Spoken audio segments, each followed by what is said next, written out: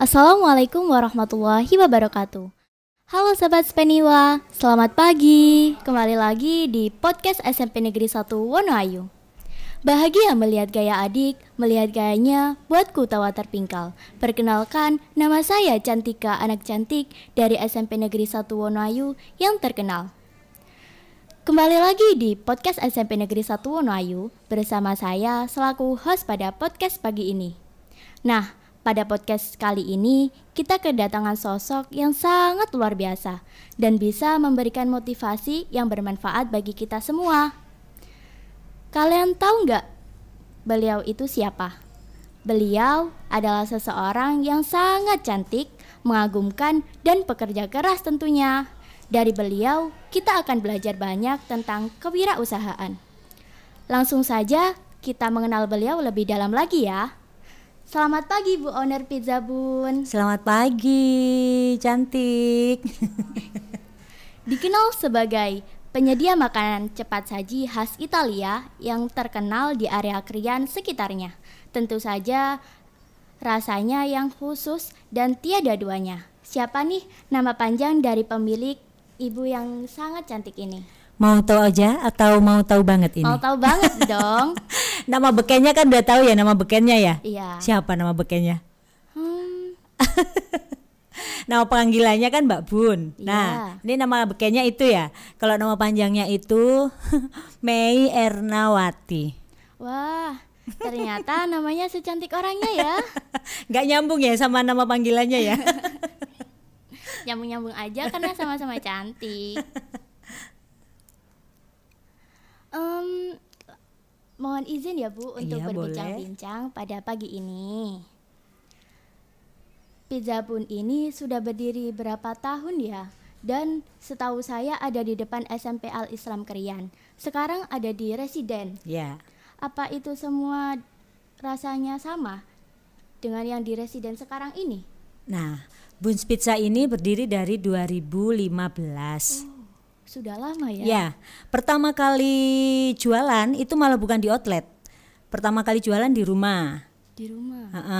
Pertama kali jualan di rumah tahun 2015 itu sama jualan pinggir jalan. Pakai meja kecil.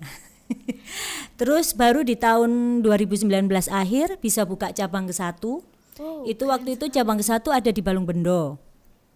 Cabang kedua baru yang di depan Yapalis yang disebutkan tadi. Yeah.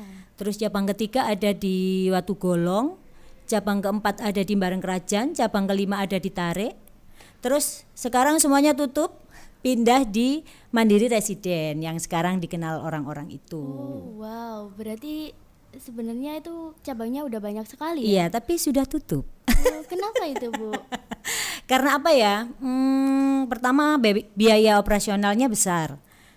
Terus apa ya, karena susah ngontrol kalau di banyak lokasi. Akhirnya punya keputusan ditutup semua, dibuka di satu tempat, dan ternyata walaupun ditutup semua yang cabang semua itu penjualan tuh malah meningkat karena kontrolnya itu gampang gitu loh.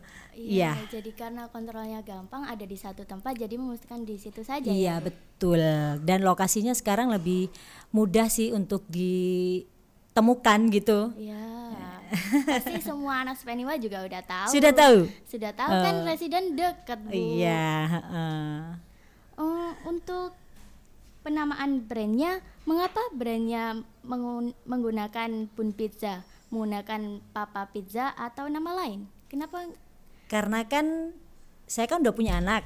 Oh iya. Anak saya kan manggilnya Bunda. Terus kenapa Bun's Pizza? Itu suami saya yang ngasih nama Bun's Pizza dari panggilan sayangnya. Karena kalau di rumah kan dipanggil Bun, jadinya dikasih nama Bun's Pizza. Seperti itu. Jadi mungkin kalau jadi anaknya ibu enak mungkin ya bisa dibikinin pizza setiap hari. Iya, tiap hari makan pizza. Wow. Anaknya kelas berapa Bu? Itu yang pertama sudah lulus sekolah. Yang kedua SMK kelas 1. Sudah punya 2 anak. Iya. Kalau saya lihat live-nya di TikTok, pemilik Bun Pizza ini orangnya asik dan sangat ceria ya. Sepertinya gimana kalau ketemu langsung seperti ini? Sangat ceria, sangat bersemangat. Bagaimana pihak Bun Pizza ini mengelola emosi ketika live, ketika mungkin penjualan sedang menurun atau menaik gitu? Kayak gimana ya mengelola emosi kita biar tetap terkontrol? Ini pertama kalau penjualan menurun ya, dari 9 tahun jualan pizza sudah pernah mengalami penjualan yang naik banget, pernah turun banget juga pernah. Nah kalau lagi naik banget itu juga dikontrol nih, kadang kalau kita produksinya banyak, kadang kan produksi itu produknya kita jadi nggak sesuai dengan SOP yang sebelumnya, yang harusnya pizzanya tuh begini, rasanya begini, karena produksinya terlalu banyak jadi nggak kekontrol kan. Iya, pasti Kayak gitu. Jadi kalau kebanyakan itu pasti kayak rasanya berbeda gitu. ya kayak gitu. Nah itu yang perlu dipertahankan kalau pas penjualan naik. Nah kalau penjualan menurun juga kita harus punya inovasi. Kan kayak kemarin tahun berapa ya, setahun apa 2 tahun kemarin Bun's Pizza tuh sempat mengalami penurunan penjualan. Nah dari situ terlahirlah produk salad sayur yang sekarang itu kan juga menjadi salah satu menu di Bun's Pizza gitu. Jadi, karena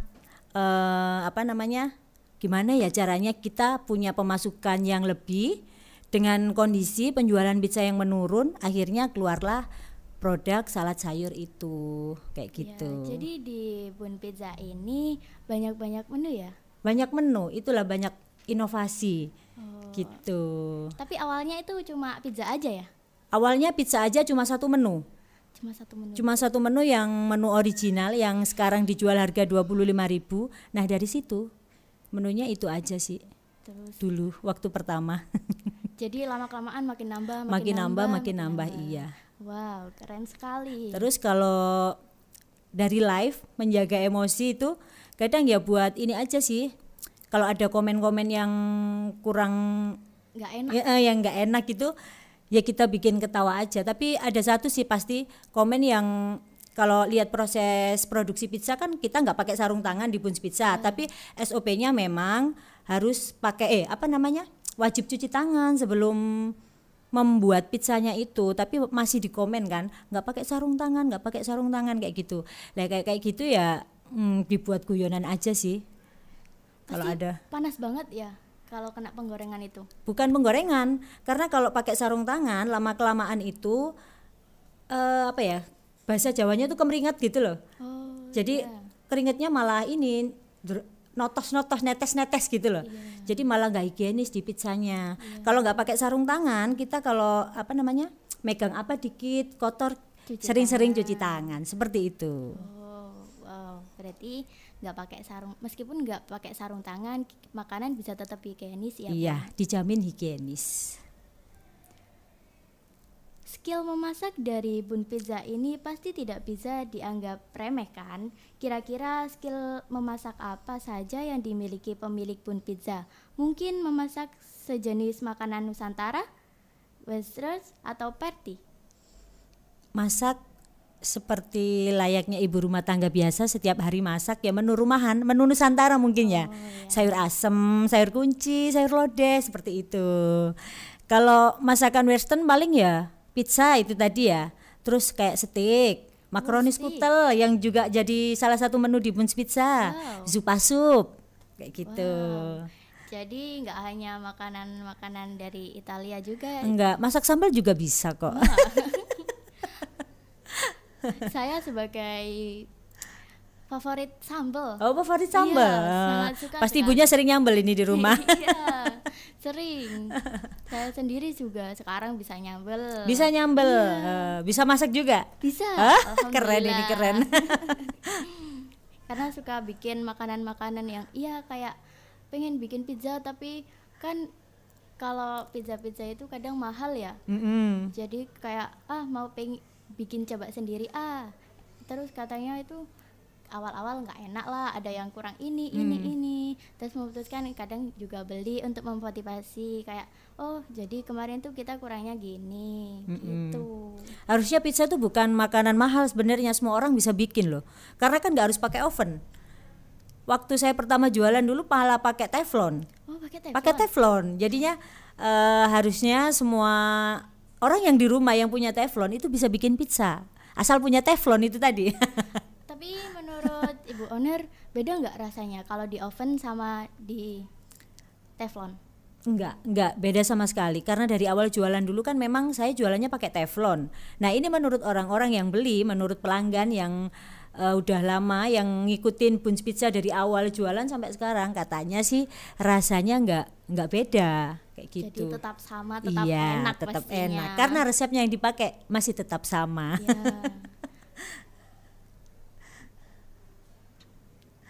Untuk rencana kedepannya, apakah Bunz Pizza ini akan fokus di pembuatan pizza? Apakah ada ide-ide berlian lagi? Atau ingin membuka warung mie ayam, bakso, atau seblak mungkin? Untuk kedepannya sebenarnya saya tuh punya banyak ide-ide yang ini ya belum terrealisasi untuk dijual. Kayak kemarin tuh saya sempat bikin nasi ayam katsu. Itu sebenarnya laris, tapi karena gak ada tenaga yang bantu, karena saya masih fokus di pizza, akhirnya saya stop. Seperti itu. Jadi mungkin kedepannya yang akan saya jual lagi adalah nasi ayam katsu. Wow, boleh dicobain? Iya, boleh. Yuk, nanti kalau ibunya udah ready, kita cobain ya. Mirip-mirip inilah nasi apa ya yang di nasi bento-bento gitu loh. Ada sayurnya, terus nasi, terus ada salad-salad kayak gitu, salad sayur kayak gitu. Pasti enak itu. Jadi lapar deh.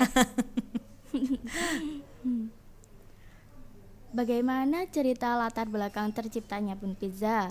Dahulu ini owner pribadi atau owner bersama orang lain? Atau kayak dari idenya itu muncul, aku mau bikin pizza, bikin toko pizza gitu, gimana? Idenya sebenarnya nggak ada ide sebenarnya. Karena saya kan dulu punya teman gitu. Punya teman, dia tuh tukang kue. Terus di suatu hari saya tuh diincipin pizza, akhirnya kok enak ya, boleh coba ajarin nggak gitu. Oh boleh gitu. Akhirnya kita belanja bareng, bikin bareng kayak gitu. Nah waktu bikin bareng tuh jadi pizzanya jadi bagus. Nah besokannya saya kan bikin sendiri. Nah itu nggak jadi, entah yang gosong, entah bantet, entah keasinan, kemanisan, entah keras kayak gitu. Akhirnya kan di trial error sendiri resepnya, mencoba lagi sampai bisa. Sampai sekarang bisa. Waktu bikin. Pertama jualan juga resepnya belum sempurna seperti sekarang, karena dari belum sempurna itu tadi, tiap ada orang beli, habis orang beli gimana rasanya, kurang apa, ditanya seperti itu. Jadi dari kekurangan kita bisa bikin yang lebih baik ya Bu. Betul, seperti itu. Jadi untuk ide sih sebenarnya ide pribadi karena saya butuh cuan. Pastinya dong zaman sekarang. Iya betul. Bagaimana peningkatan omset Bunz Pizza? Apakah terus naik atau pernah turun yang membuat Bunz Pizza ini sedikit oleng, sedikit pusing? Kalau naik pernah, turun juga pernah. Tapi kalau turun pun alhamdulillah karena kita memanage keuangan dengan baik, jadi nggak sampai oleng yang gimana. Tetap nggak pernah. Kalau kata orang kan bisnis kalau penghasilan menurun, omset menurun, itu akan bikin oleng kayak gitu ya. Alhamdulillah di Bunz Pizza walaupun ada penurunan omset, tapi nggak sampai bikin oleng karena kami keuangannya tuh sudah di kotak-kotakan, oh ini buat keperluan ini buat keperluan ini kayak gitu. Jadi dari awal sebenarnya dari jualan di rumah saya tuh pakai buku tuh ditulisi, ini buat beli tepung misalnya, terus di lembar berikutnya ini buat beli sosis, lembar berikutnya ini buat bayar listrik rumah kayak gitu. Jadi habis jualan setiap hari itu dimasukin ke situ. Jadi ada bagian-bagiannya sendiri. Nah itu yang nyelamatin Bunz Pizza saat omsetnya menurun, kami tuh nggak bingung cari uang kemana-mana kayak gitu, karena sudah ada kotak-kotaknya sendiri. Keren sekali.